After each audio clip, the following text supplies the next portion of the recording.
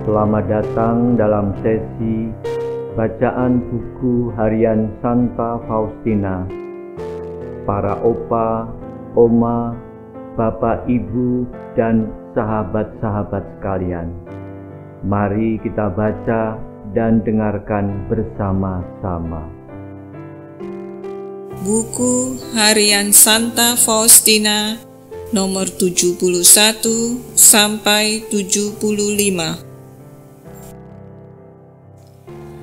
Aku dikirim ke rumah sakit di Plok untuk perawatan, dan di sana aku mendapat tugas istimewa untuk menghias kapel dengan bunga-bunga.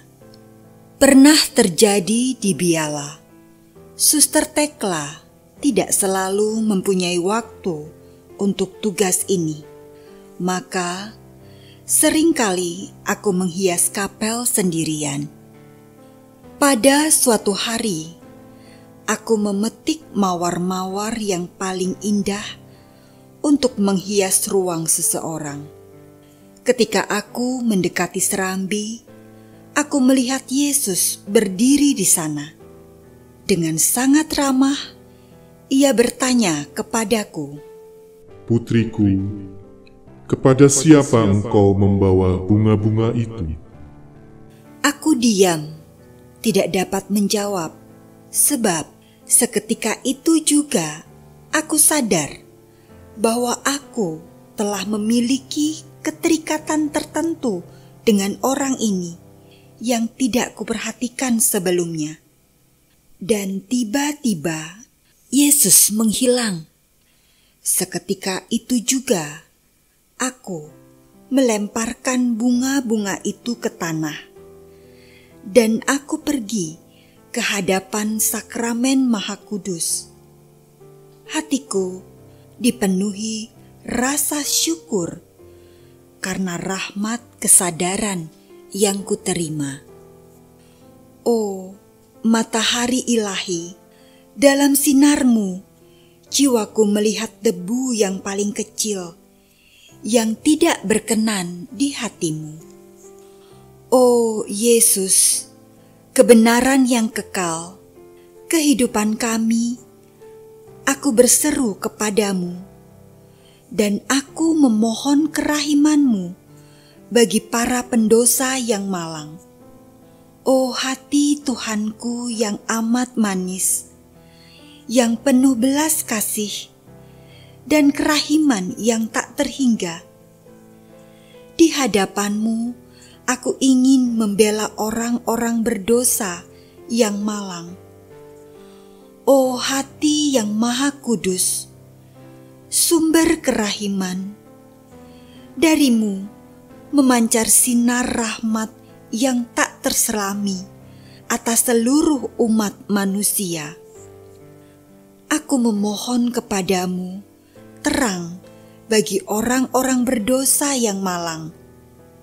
Oh Yesus, ingatlah akan sengsaramu yang pedih itu, dan jangan biarkan musnah jiwa-jiwa yang sudah ditebus dengan harga yang sedemikian mahal, yakni darahmu yang amat mulia.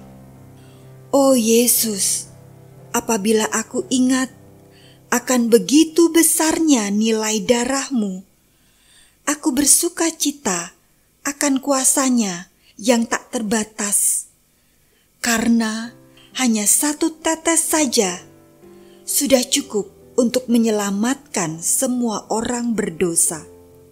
Meskipun dosa itu laksana jurang kejahatan dan tidak tahu terima kasih, harga yang dibayar bagi kami tidak pernah akan tertandingi. Oleh karena itu, biarlah setiap jiwa berserah kepada sengsara Tuhan dan menaruh harapan pada kerahimannya. Allah tidak akan mengingkari kerahimannya kepada siapapun. Langit dan bumi boleh berubah, tetapi kerahiman Allah tidak pernah akan berkesudahan. Oh, betapa besarnya sukacita yang berkobar di dalam hatiku ketika aku memandang kebaikan-Mu yang tak terselami, ya Yesus.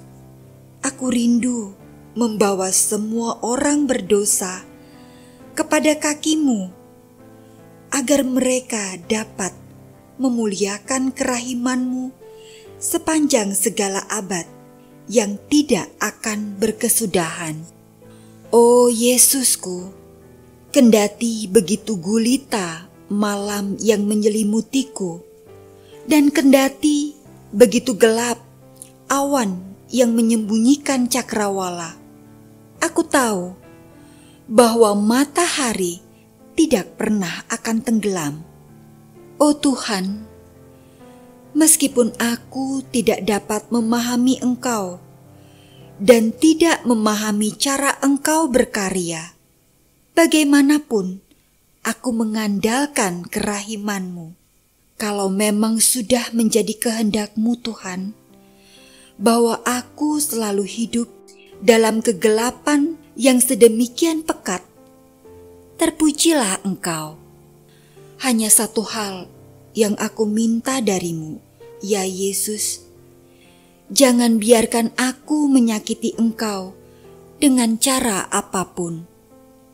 Oh Yesusku, hanya Engkaulah yang mengetahui kerinduan dan penderitaan hatiku. Aku bersuka cita karena aku dapat menderita bagi-Mu, betapapun kecilnya.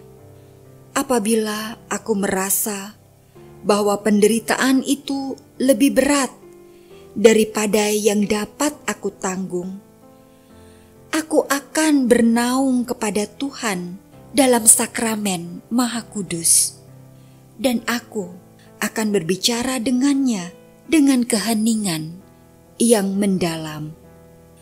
Pengakuan dosa seorang anak asrama. Pada suatu hari, aku merasa terdorong oleh suatu kuasa supaya aku mengusahakan pesta kerahiman dan supaya gambar Yesus yang Maha Rahim dilukis.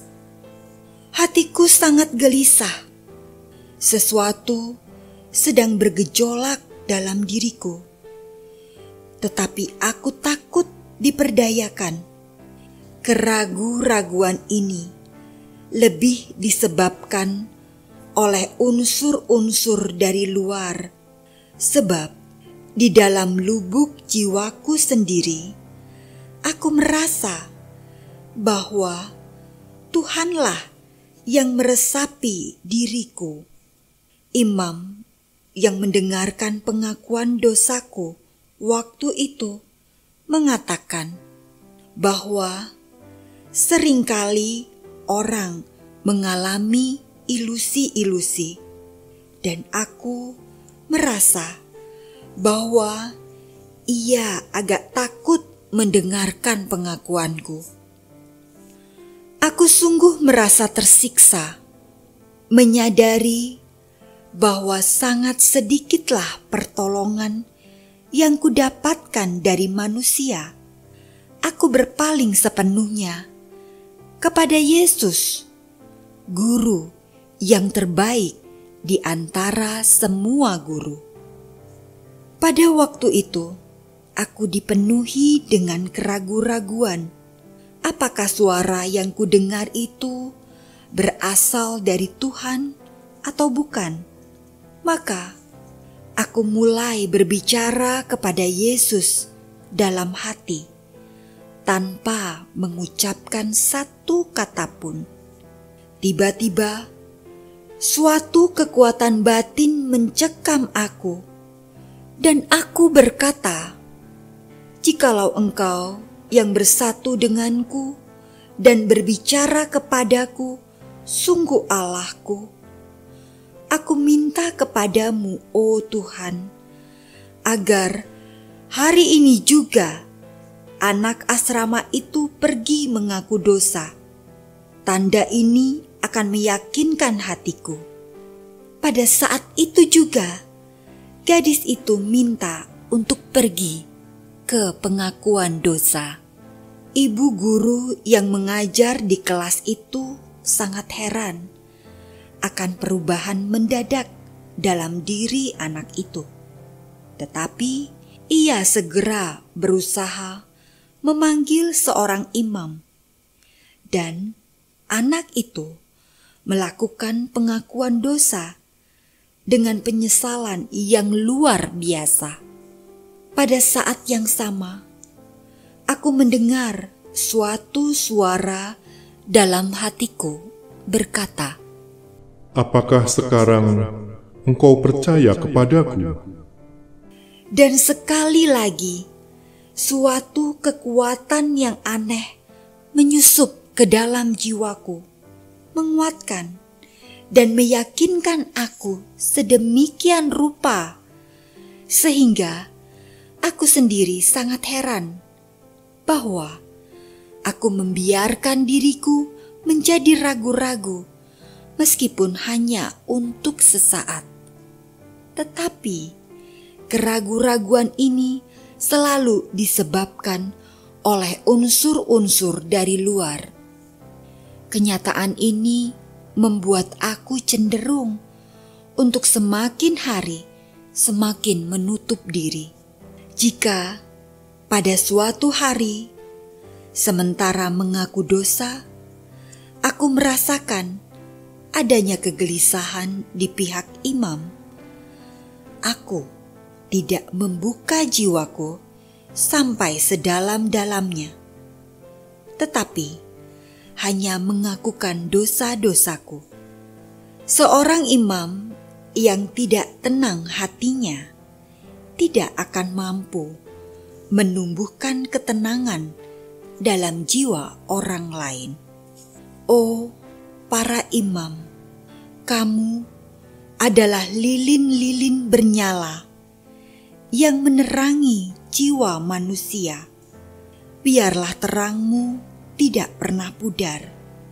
Aku memahami bahwa kadang-kadang bukanlah kehendak Allah bahwa aku membuka jiwaku sepenuhnya.